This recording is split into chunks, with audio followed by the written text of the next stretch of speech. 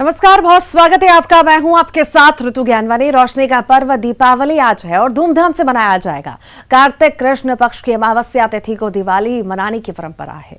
मान्यता के अनुसार इस दिन भगवान श्री राम 14 साल के बाद वनवास के बाद अयोध्या लौटे थे और इसी खुशी में दिवाली मनाई जाती है। एक और भी मान्यता है, दिवाली के दिन ही मां लक्ष्मी प्रकट हुई थी, इस कारण इस दिन लक्ष्मी पूजन किया जाता है। जबकि वाल्मीकि रामायण में वर्णित है कि इस दिन भगवान विष्णु संग मां लक्ष्मी का विवाह हुआ था। दिवाली की शाम को लक्ष्मी गणेश और भगवान कुबेर की पूजा का विशेष महत्व है।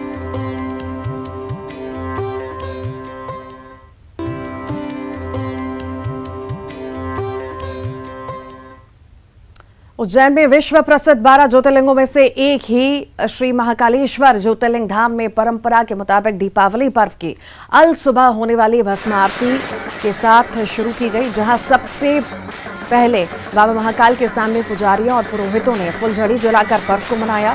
श्रद्धालु भी बाबा के सामने फुलझड़ी जलाकर पर्व को मनाते हुए नजर आए।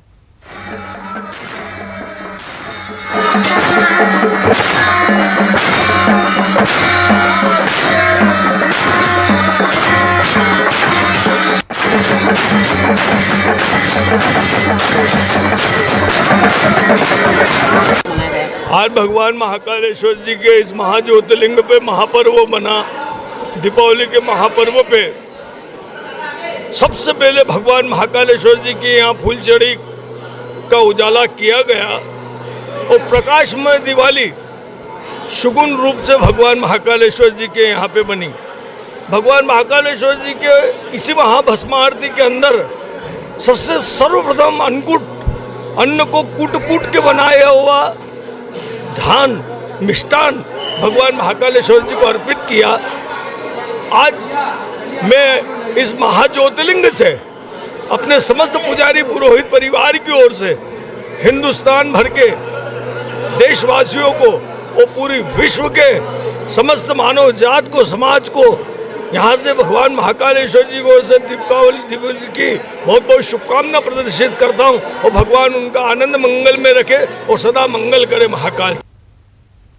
ऊर्जा मंत्री प्रद्युम्न सिंह तोमर ने बिजली कंपनियों को दीपावली के दिन बिजली नहीं काटने के निर्देश दिए हैं और उन्होंने कहा कि त्योहार के बीच कटौती ना हो, इसके लिए आदेश दिए गए हैं। मंत्री ने कहा कि अगर किसी तरह की कोई लापरवाही हुई तो दोषियों को छोड़ा नहीं जाएगा।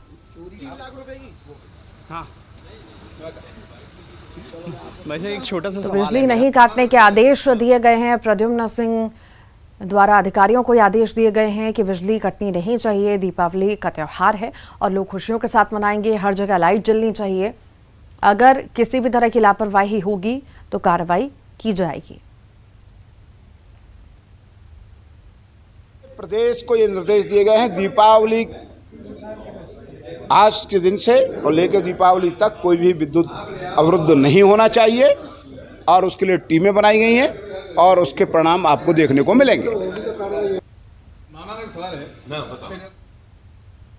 तो बिजली कंपनियों को मंत्री का आदेश है कि बिजली कटनी नहीं चाहिए। हर कोई अच्छे से अपनी दीपावली मनाए, अपना पर्व मनाए और खूब लाइटिंग के साथ मनाए, ऐसा उनका कहना था और अधिकारियों को आदेश भी उनके द्वारा दिए गए हैं। हमारे सहयोगी अनुराग हमारे साथ जुड़ गए हैं। अनुराग, प्रद्युम्न सिंह तोमर द्वारा आदेश दिए गए अधिकारियों को कि बिजली कटनी नहीं चाहिए अन्यथा कार्रवाई होगी, अच्छी पहल है ये तो।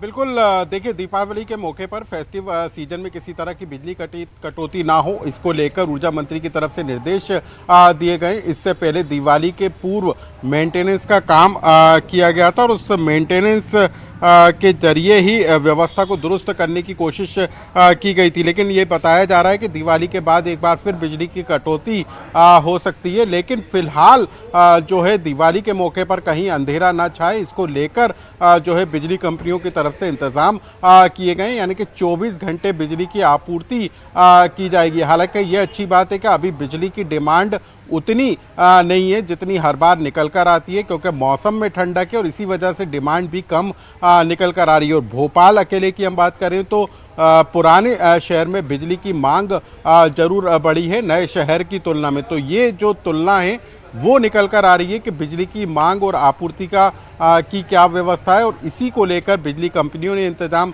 किए थे। और ऊर्जा मंत्री ने भी इस बात के निर्देश दिए हैं कि कहीं पर भी फेस्टिव सीजन के दौरान बिजली कटौती ना हो। जी बहुत शुक्रिया अनुराग जानकारी को साझा करने के लिए। दिवाली रोशनी का त्योहार है और इस मौके पर लोग जमकर आतिशबाजी करते हैं। आतिशबाजी के दौरान खास सावधानी रखना बहुत जरूरी है।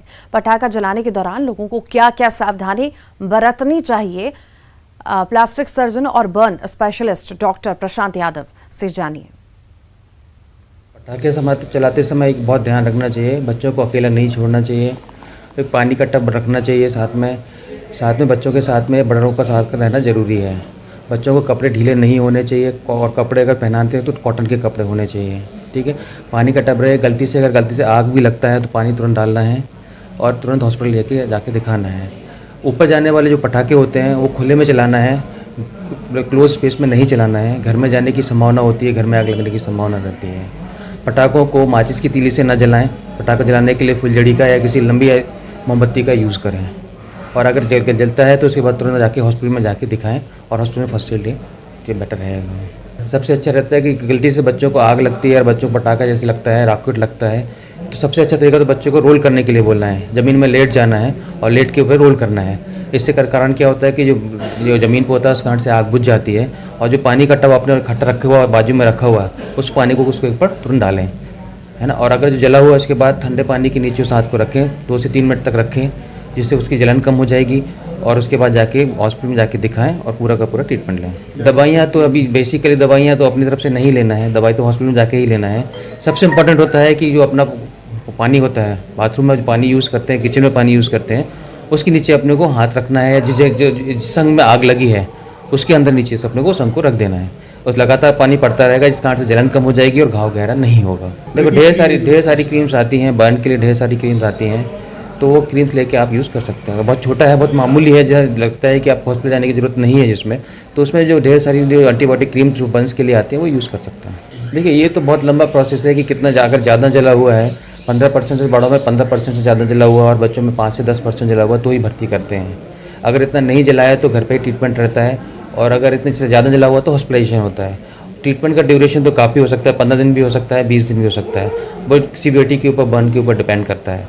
तो अगर लगता है कि अगर कम है, घाव 4 से 5% है, 1% ही है, थोड़ा सा संग को कम जला हुआ है, तो हॉस्पिटल लाके आप फर्स्ट एड लें, वहाँ पे ड्रेसिंग्स कराएं, दवाइयाँ लें और घर पे आराम करें और डॉक्टर्स के इंस्ट्रक्शन को फॉलो करें। इन सभी चीज़ों में साफ पानी से आपको छिड़काव करना है, अपने चेहरे को अच्छी तरह से पानी से धो लेना है, क्योंकि जो पटाखे होते हैं सारे के आग लगाने वाले जितने भी पटाखे होते हैं, जितना भी पोटास वगैरह अगर कुछ भी जाता है तो पानी से अच्छी तरह से धो लेना है। पानी के धोने के बाद अगर आंखों में किरकिरी रहती भी है और लगता है कि देखने में तकलीफ हो रही है तो तुरंत हॉस्पिटल जाके डॉक्टर की सलाह लें। किसी तरह की होम रेमेडीज भी यूज़ की जा सकती है? नहीं, होम रेमेडीज सबसे इम्पोर्टेंट चीज़ ये है कि पटाखों को खुले स्पेस में चलाना है, क्लोज स्पेस में नहीं चलाना है। तो जितनी भी हार्मफुल गैसेस निकलती हैं वो डिसिपेट हो जाती हैं, फैल जाती हैं, तो कभी भी अपने को नुकसान नहीं पहुँचाती, बच्चों को नुकसान नहीं पहुँचाती हैं। सबसे ज़्यादा ध्यान ये रखना है कि स्पेस खुला होना चाहिए, घर के आसपास नहीं रहना चाहिए। जैसे कपड़े वगैरह सूख रहे हैं आसपास तो उस तरह से भी नहीं होना चाहिए।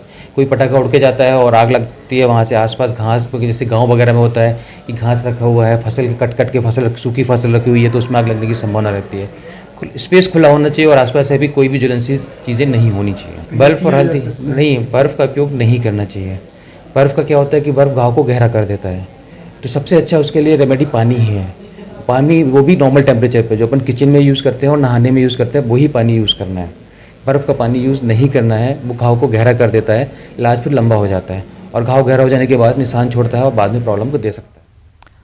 धार से बड़ी खबर है, पुष्पा फिल्म की तर्ज पर गैस टैंकर से तस्करी हुई है। अवैध शराब की तस्करी, 1.25 करोड़ की अवैध शराब की पेटियां बरामद हुई हैं। रतलाम में इंदौर की ओर जा रहा था टैंकर, पुलिस ने टैंकर का पीछा कर पकड़ा है। सादलपुर थाना पुलिस ने यह कार्रवाई की है।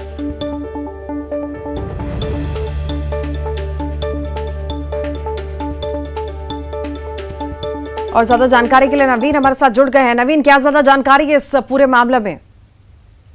जी हाँ, बिल्कुल बताना चाहूंगा कि धार जिले के सादलपुर थाना पुलिस की एक बड़ी कार्रवाई मानी जा रही है। पुलिस ने जो है मुखबिर की सूचना के आधार पर जो है गैस के टैंकर को रोका, लेकिन जो टैंकर का जो चालक था वो रुका नहीं और उसने टैंकर को भगा लिया। इसके बाद में पुलिस ने टैंकर चालक का पीछा करा और टैंकर चालक जो है ग्राम बगड़ में टैंकर को सड़क किनारे छोड़कर कहीं फरार हो गया। पुलिस ने मौके पर पहुंची और उसके बाद में टैंकर को उनने बरामद किया। और टैंकर चूंकि टैंकर गैस का था और पुलिस को आशंका थी कि कहीं इसमें गैस ना हो, इसलिए उसको खोला ना गया है। उसके बाद में जो है टैंकर के एक्सपर्ट लोग जो होते हैं टेक्निकल वाले, उनको बुलाया गया, उनके द्वारा टैंकर को खुलवाया गया। तो पुलिस भी आश्चर्यचकित रह गई। टैंकर के अंदर से करीब 1012 अवैध शराब की पेटियां निकली है, जिनकी कुल कीमत जो है 1.25 करोड़ रुपए है। और यह एक जो है सादलपुर थाना पुलिस की बड़ी कार्रवाई मानी जा रही है। पूरा मामला जो है फिल्म पुष्पा की तर्ज पर हुआ है। जिस प्रकार से फिल्म पुष्पा में जो है चंदन की तस्करी होती थी टैंकर से, उसी प्रकार से जो है यहाँ पर ये शराब की तस्करी वाला मामला जो है वो देखने को मिला है। वहीं इस पूरी कार्रवाई से जो है अवैध शराब माफियाओं में हड़कंप मचा हुआ है। जी, पुष्पा से इन्फ्लुएंस होकर शराब की तस्करी कर रहे थे। क्या अभी ये बड़ी कार्रवाई हुई है, इसके बाद पुलिस का भी क्या कहना है? कोई गिरफ्तारी या अभी तक जांच में कुछ आ पाया हो? कहां से तार जुड़े होंगे, क्या होगा? हाँ जी, बिल्कुल। ये बताया जा रहा है कि ये टैंकर जो है रतलाम से इंदौर की ओर जा रहा था और चूंकि इसका टैंकर चालक जो है टैंकर को छोड़कर फरार हो गया था। फिलहाल अभी कोई भी आरोपी जो है इसमें गिरफ्तार नहीं हो पाया है, लेकिन पुलिस जो है टैंकर के आधार पर और टैंकर के नंबर के आधार पर जो है ये पता लगाने में जुटी हुई है कि आखिरकार ये टैंकर किसका था और ये शराब जो है इतनी बड़ी मात्रा में जो है वो किसकी थी और कहां से कहां ये जो है शराब को ले जाया जा रहा था। ये सारी चीजें जो है पुलिस की जांच में ही सामने खुलासा हो पाएगा और ये पुलिस ऐसा दावा कर रही है कि बहुत ही जल्दी इसका जो है खुलासा करेगी। ठीक, बहुत शुक्रिया। भोपाल से बड़ी खबर है। सीएम शिवराज ने बैठक बुलाई है। मुख्यमंत्री शिवराज सिंह चौहान ने बुलाई है संकल्प बैठक। दीपावली के पर्व पर संकल्प बैठक बुलाई गई है। दोपहर 12 बजे आयोजित होगी संकल्प बैठक। मुख्यमंत्री शिवराज सिंह चौहान ने संकल्प बैठक बुलाई है। बैठक खास होने वाली है और 12 बजे ये बैठक बुलाई गई है। संकल्प बैठक 12 बजे आयोजित होगी। दोपहर 12 बजे आपको बता दें, मुख्यमंत्री शिवराज सिंह चौहान ने ये संकल्प बैठक बुलाई। और ज्यादा जानकारी के लिए अनुराग श्रीवास्तव हमारे साथ जुड़ गए हैं। अनुराग, संकल्प बैठक बुलाई गई है मुख्यमंत्री द्वारा, आखिर क्या मायने इसके? बिल्कुल ऋतु, देखिए मौका है रोशनी के पर्व दीपावली का, लेकिन इस मौके पर भी मुख्यमंत्री शिवराज सिंह चौहान जो है सरकार की योजनाओं के बेहतर तरीके से क्रियान्वयन को लेकर चिंतित नजर आ रहे हैं और इसी को लेकर मुख्यमंत्री ने दोपहर 12 बजे एक अहम बैठक बुलाई है, जिसमें सभी मंत्री, सभी विभाग प्रमुख, पुलिस विभाग के अधिकारी, जिला कलेक्टर शामिल होंगे। और इस बैठक का मकसद ये बताया जा रहा है कि मुख्यमंत्री अफसरों को सुशासन और राज्य सरकार की जो योजनाएं हैं उनके बेहतर तरीके से क्रियान्वयन को लेकर अफसरों को, मंत्रियों को संकल्प दिलाने का काम करेंगे ताकि जो सरकार की योजनाएं हैं उनका बेहतर तरीके से क्रियान्वयन हो सके। तो मुख्यमंत्री न सिर्फ आगामी कार्य योजना को लेकर चर्चा करेंगे, बल्कि मंत्री और अफसरों को भी इस बात का संकल्प दिलाएंगे कि किस तरीके से आम लोगों के लिए जो योजनाएं सरकार की तरफ से तैयार हुई हैं उनका क्रियान्वयन सही तरीके से हो। सुशासन को लेकर भी मुख्यमंत्री अफसरों के साथ बैठक कर दिशा निर्देश जारी करेंगे और कैसे बेहतर गुड गवर्नेंस को लेकर काम किया जा सकता है उसकी तरफ भी मुख्यमंत्री दिशा निर्देश जारी कर सकते हैं। साथ ही राम राज्य की परिकल्पना को लेकर ये बैठक जो विषय रखा गया है वो इसी विषय के आधार पर बैठक बुलाई गई है। तो दोपहर 12 बजे अहम बैठक होगी और दिवाली के मौके पर मुख्यमंत्री न सिर्फ सुशासन बल्कि अफसरों को भी इस बात का संकल्प दिलाएंगे कि वो सरकार की योजनाओं का बेहतर तरीके से क्रियान्वयन करें ताकि लोगों को इसका फायदा मिल सके। जी ऋतु। अनुराग, एक बात तो माननी होगी कि चाहे कोई भी दिन हो, कितना भी बड़ा दिन हो, पर मुख्यमंत्री पीछे नहीं हटते काम से, अपने काम को लगातार जारी रखते हैं। और आज भी इतना बड़ा दिन है, दीपावली का दिन है, कोई ब्रेक नहीं, नॉन स्टॉप बस चलते जाना है। ये उनकी खासियत है।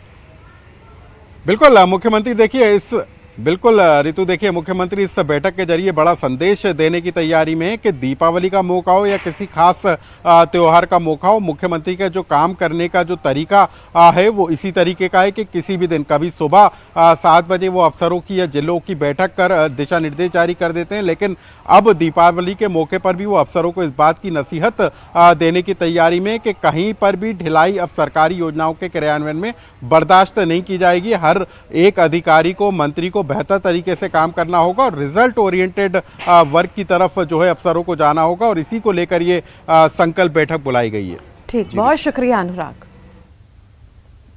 दिल्ली से बड़ी खबर आपको बताएं, जवानों के साथ दिवाली मनाएंगे पीएम मोदी। कारगिल के द्रास में जवानों के साथ दिवाली मनाएंगे पीएम मोदी। हर साल जवानों के साथ दिवाली मनाते हैं पीएम मोदी। हर साल जवानों के साथ दिवाली मनाते हैं पीएम मोदी और इस साल भी दिवाली मनाने के लिए जा रहे हैं। जम्मू कश्मीर के करगिल के द्रास में दिवाली मनाएंगे जवानों के साथ। ये दिवाली मनाई जाएगी, बहुत ही खास ये दिवाली होने वाली है। जवानों के साथ दिवाली मनाएंगे पीएम मोदी। आपको बता दें कि करगिल के द्रास में जवानों के साथ दिवाली मनाएंगे पीएम और हर साल जवानों के साथ दिवाली मनाते हैं पीएम। इस बार भी दिवाली पीएम जवानों के साथ ही मनाएंगे।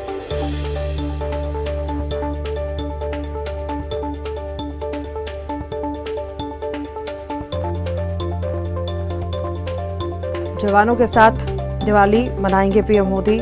हर बार की तरह इस बार भी दिवाली जवानों के साथ मनाई जाएगी। खास ये दिवाली होने वाली है।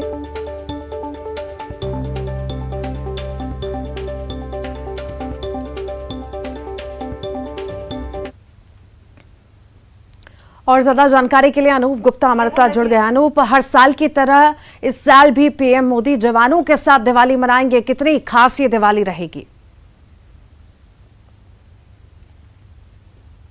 अनूप, आपको मेरी आवाज मिल पा रही है?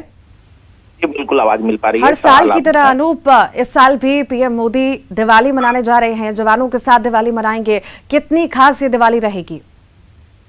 देखिए, आपको बता दूं कि जब से ये सत्ता में आए हैं, केंद्र की सरकार में प्रधानमंत्री बने हैं, उसके बाद लगातार दिवाली प्रधानमंत्री नरेंद्र मोदी सेना के जवानों के साथ और बॉर्डर पे जाकर मनाने की परंपरा इन्होंने शुरू की है। जो सूत्रों के हवाले से खबर है कि प्रधानमंत्री नरेंद्र मोदी थोड़ी ही देर के बाद कारगिल के द्रास सेक्टर के पास सेना के जवानों के साथ वो दिवाली मना सकते हैं। इसकी पूरी तैयारी हो चुकी है। हालांकि इसकी अभी आधिकारिक जानकारी नहीं दी गई है, लेकिन जो सूत्र बता रहे हैं उनके मुताबिक इस साल भी प्रधानमंत्री नरेंद्र मोदी दिवाली सेना के जवानों के साथ ही मनाएंगे। आपको याद होगा कि जब 2014 में पहली बार वो प्रधानमंत्री नरेंद्र मोदी प्रधानमंत्री बने थे, तो सबसे पहले सियाचिन दिवाली के दिन वो पहुंचे थे और वहां पर उन्होंने वहां के जो बॉर्डर पे तैनात जो जवान हैं उनके साथ दिवाली मनाई थी। और इसकी ये जो परंपरा है उसके बाद से ही लगातार शुरू हुई थी। हर साल प्रधानमंत्री नरेंद्र मोदी बॉर्डर एरिया में जाते हैं और वहां सेना के जवानों के साथ दिवाली मनाते हैं। उन्होंने कई बार इस बात का जिक्र भी किया है कि जो लोग हैं वो तो छुट्टी मनाकर अपने घरों में रहते हैं, लेकिन जिस तरीके से सेना के जवान हैं उन्हें बॉर्डर पे तैनात होना पड़ता है, उन्हें छुट्टी नहीं मिलती है दिवाली के मौके पर भी। तो ऐसे में उनका ये एक परिवार है और प्रधानमंत्री नरेंद्र मोदी खुद उनके साथ जाते हैं और दिवाली का जो सेलिब्रेशन है उनके साथ ही पूरा करते हैं, उनके साथ ही मनाते हैं। ठीक, बहुत शुक्रिया अनु। सीएम शिवराज ने कोरोना में अनाथ हुए बच्चों के साथ दिवाली मनाई। सीएम ने बच्चों की खेल और सांस्कृतिक प्रतियोगिता साल में एक बार कराने का भी ऐलान किया, साथ ही पढ़ाई मुफ्त में कराने का भी वादा किया।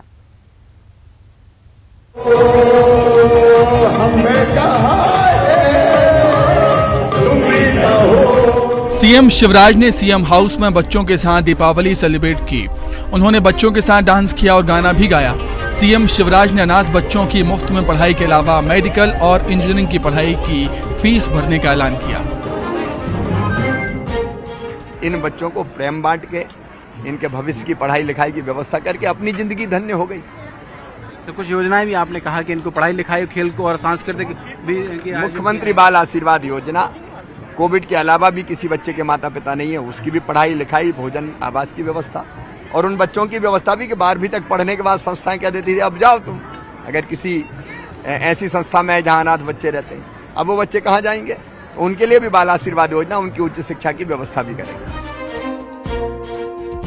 सीएम शिवराज ने अपनी कार में दिया नाम की बच्ची को बैठाया। दिया के पिता की कोविड से मौत हो गई थी, जबकि मां का निधन पहले ही हो गया था।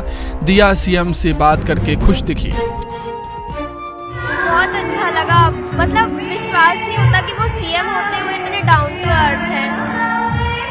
क्या कहा उन्होंने आपसे? उन्होंने ये कहा हर मोड़ पे मैं तुम्हारे साथ हूँ, तुम्हारे फ्यूचर में जो गोल्स है उसको अचीव करने में मुझसे जो बन पड़ेगा मैं वो करूँगा।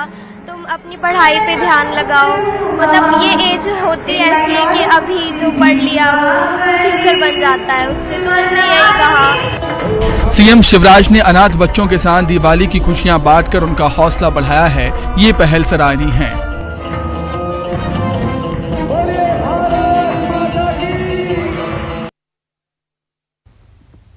मुरैना में 2.5 साल का बच्चा अपने सगे मामा की शिकायत लेकर थाने पहुंचा। बच्चे का मन रखने के लिए थाना प्रभारी ने उसकी शिकायत भी लिखी।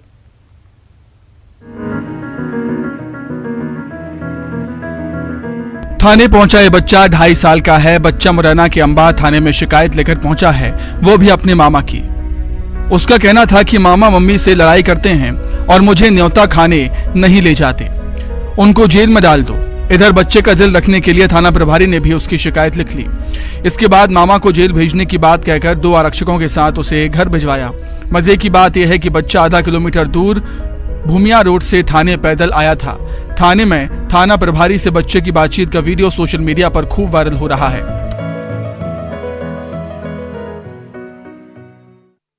और इसी के साथ ही मॉर्निंग ब्रेकिंग न्यूज में इतना ही।